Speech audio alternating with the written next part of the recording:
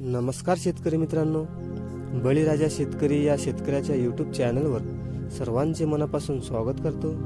मित्रांनो, आजचा आपला विषय आहे मका या पिकावर लष्करी अळीचा जर प्रादुर्भाव झाला असेल तर त्यावर शेतकऱ्यांनी काय उपाय करायला हवे। तर शेतकरी मित्रांनो, ही आमची मका आहे व मका लागवड करून 25 ते 30 दिवस झाले आहे व आता या मका पिकावर ठिकठिकाणी लष्करी अळीचा प्रादुर्भाव दिसून येत आहे।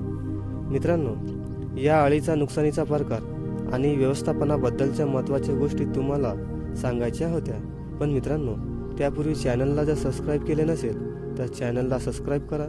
मित्रांनो, लष्करी अळी मक्याची पाने खाऊन पिकाचे नुकसान करते हे आपल्याला माहीतच आहे। नुकत्याच अंड्यातून बाहेर आलेल्या अळ्या पानाचा हिरवा पोगा खातात, दुसऱ्या आणि तिसऱ्या अवस्थेतील अळ्या छिद्र करतात, पानाचा कडा खातात। या अळ्या मक्याच्या पोग्यात राहून पानाला छिद्र करतात, म्हणूनच तर पोग्यातून बाहेर आलेल्या पानावर एका रेषेत एक समान छिद्र दिसतात। विशेष म्हणजे एका झाडावर एक किंवा दोनच अळ्या राहू शकतात, कारण त्या जवळ आल्याने एकमेकांनाच खातात। जुनी झाडे परळहीन होऊन पानाच्या फक्त शिरा आणि झाडाचे मुख्य खोडच शिल्लक राहते, झाड फाटल्यासारखे दिसते। खरं तर पोगा झाडाच्या सुरुवातीच्या अवस्थेत असलेले झाड प्रादुर्भावाला कमी बळी पडतात, पण मध्यम पोग्याची अवस्था आणि उशिराच्या पोग्याची अवस्था अळीचा सर्वात जास्त बळी पडते।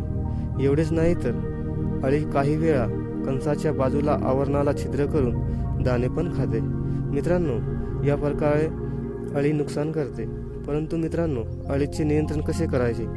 अळीचे नियंत्रण करण्यासाठी मित्रांनो आपण यासाठी कोणत्या कीटकनाशकाची फवारणी करायला हवी?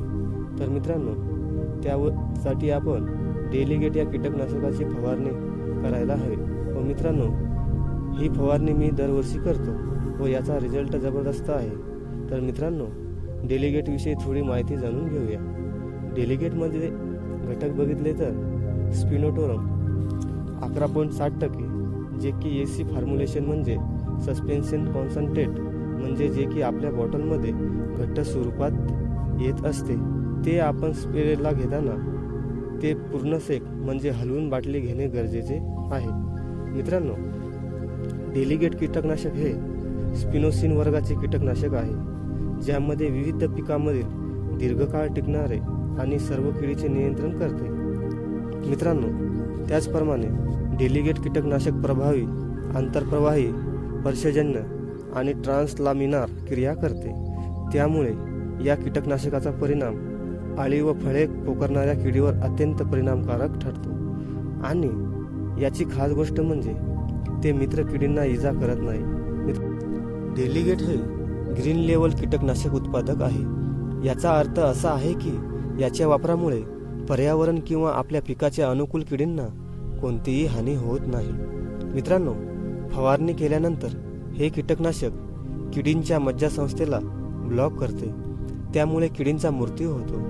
मित्रांनो, डेलिगेट कीटकनाशकामध्ये प्रभावी अंतर्ग्रहण आणि संपर्क क्रिया आहे, त्यामुळे रस शोषक कीड, थ्रिप्स आणि लीफ नागअळी उत्कृष्ट नियंत्रण होते, कारण रसायन पानामध्ये ट्रान्सलमिनार प्रवेश करते, त्यामुळे पानावर हल्ला करणाऱ्या किडींचा लगेच नायनाट होतो।